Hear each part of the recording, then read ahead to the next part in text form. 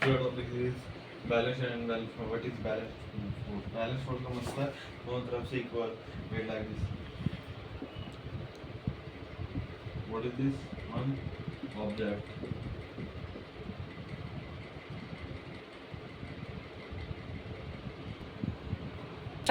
Like this ये तुम्हारा object है. इधर से अगर 10 न्यूटन लगा रहे हो उस तरफ डायरेक्शन इधर से भी सेम खींच रहा है 10 न्यूटन. ये मान लो ये वाई बराबर खींचा तो ये मोशन ही रेस्ट में रहेगा क्योंकि इसका इक्वल में है. क्योंकि इक्वल फोर्स इधर से लगेंगे इक्वल फोर्स इधर से तो ये बोलते हैं बैलेंस फोर्स. Go. पहले हमने पढ़ा था बैलेंस अभी अनबैलेंस. ये है एक ऑब्जेक्ट इधर से लग रही है इसको 10 न्यूटन फोर्स. इसको मानते हैं हम वाई. इधर से लग रही है 5 न्यूटन. ये मान लेते हैं हम एक्स. तो इधर से ज़्यादा लग रही है इधर से कम मतलब ऑब्वियसली उस तरफ जाएगा क्योंकि उस तरफ से इसका फोर्स ज़्यादा लग रही है इधर से कम लगता है. तो इसको बोलते हैं हम अनबैलेंस फोर्स जो इक्वल नहीं होती. One go. First law of motion इसको बोलते हैं लॉ ऑफ इनर्शिया. क्योंकि फर्स्ट लॉ ऑफ मोशन सारा इनर्शिया पे ही बेस्ड है. ये देखो ये ऑब्जेक्ट ये कार है. कार मान दो इसको. ये चल रही है इसको फास्ट स्पीड में और ये क्या है मोशन में.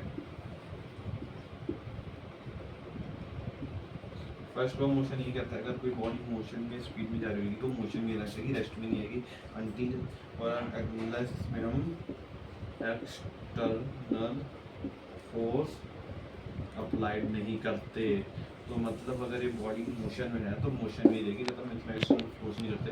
फर्स्ट लॉ मोशन नहीं करता. अगर बॉडी मोशन में तो मोशन में रहेगी इसका मन नहीं करेगा रेस्ट में आने का क्योंकि इसमें एक्सटर्नल फोर्स अप्लाइड नहीं हो रही ये मोशन पे ही रहेगी. अब ये देखो फिर से ये क्या है कार. ये क्या है रेस्ट में. ये कार रेस्ट में ही जाना चाहिए अंटिल अनलेस इस पे एक एक्सटर्नल फोर्स अप्लाइड नहीं होगी. क्योंकि अगर ये मोशन ये कर रहा है ये रेस्ट में कार है तो रेस्ट में रहेगी. मोशन में रहेगी तो हम इसमें एक्सटर्नल फोर्स अप्लाइड करेंगे. चलो अब डेफिनेशन लिखो. A body in motion will remain in motion. The body in rest will remain in rest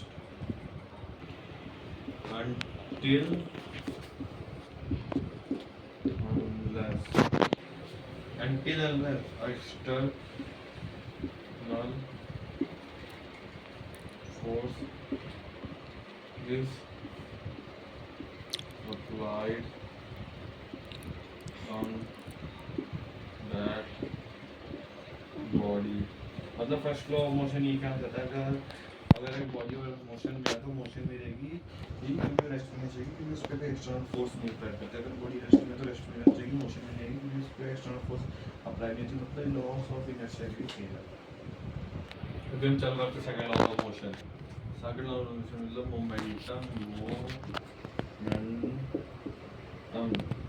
का सिंबल होता है डेल्टा. इसको हम डेल्टा से सेट करते हैं डेल्टा.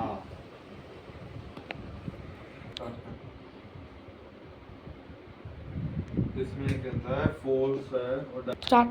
तो इसमें कहता है जो फोर्स है वो directly proportional to dp upon dt.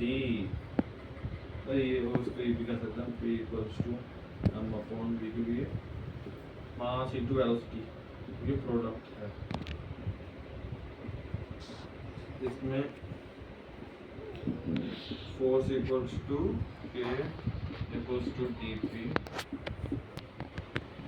on dt, तो F equals to k t and b on dt, तो ये मास इधर आ जाएगा, फिर मास अब ये मास चेंज होता जाए, कुछ भी हो जाए।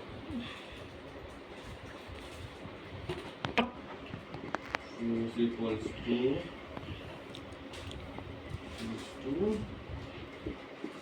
ये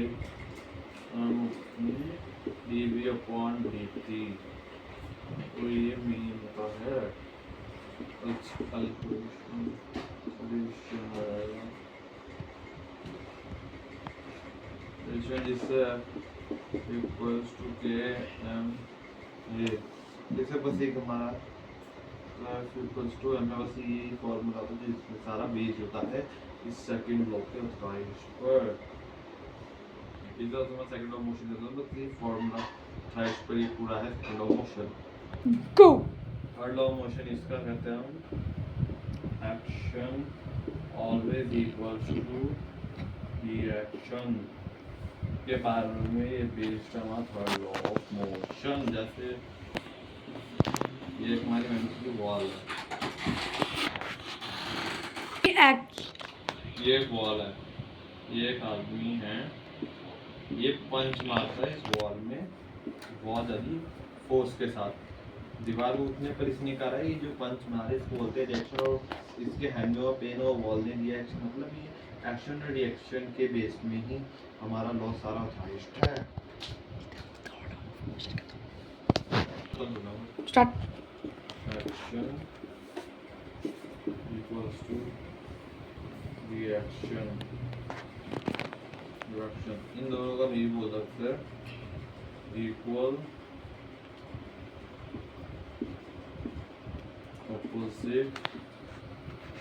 opposite of each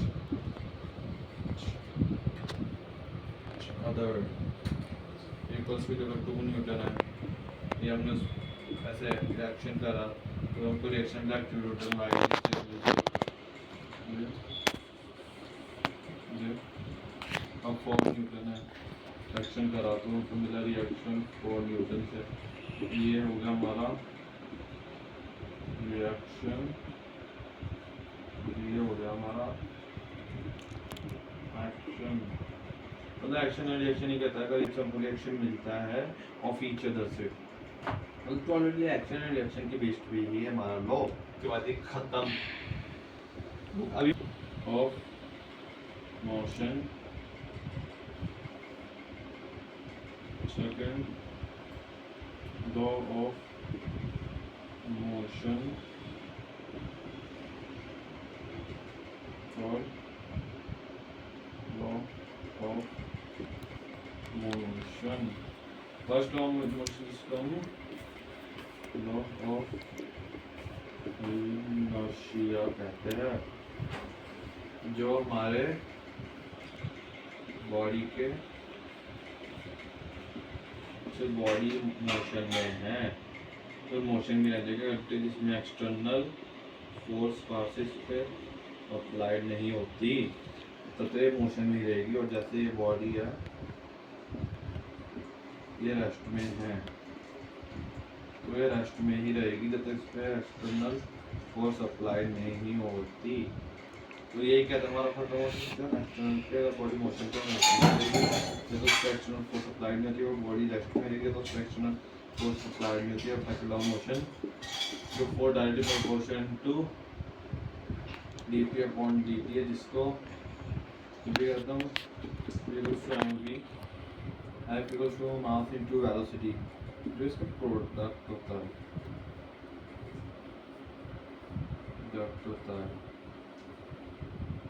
इसका सिंपल सा एक ही फॉर्मूला होता है, force equals to ma expression, ये एक मेन फॉर्मूला होता है इस लॉ के जो सबका बेस्ड है। अब third law reaction equals to always reaction पे कहता है अगर कि ऑब्जेक्ट है, ये वॉल है, उसको मारता है, कोई एक्शन पड़ता है इसके हैंड, कोई रिएक्शन होता है, मतलब third law of action reaction की होता है। इसी का force and loss of finish